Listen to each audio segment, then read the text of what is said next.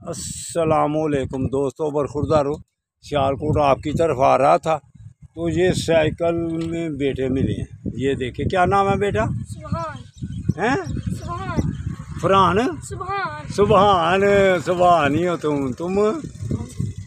अंस। अंस। अबू बकर। तैयब। बिलाल। राफे। तो ये बाबा जी यंग ओल्ड मैन सियालकोट। कौन से बाबा जी? Young old man Sialkot. तो दोस्तों बरखुरदारों, अगर इन बेटों ने भी यंग रहना है तो ये भी जब साइकिल पे रहेंगे तो इंशाअल्लाह ताला ये यंग रहेंगे।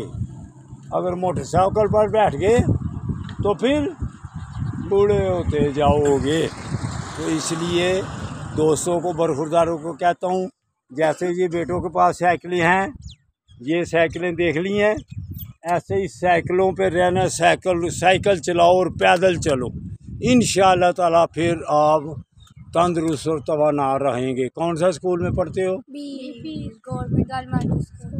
हाँ, जिंदाबाद। नज़दीकी है इधर से? अच्छा जी। तो लिखो यंग ओल्ड मैन सियालकोट। लिख दूँ या लिख लाओ? लिख दूँ।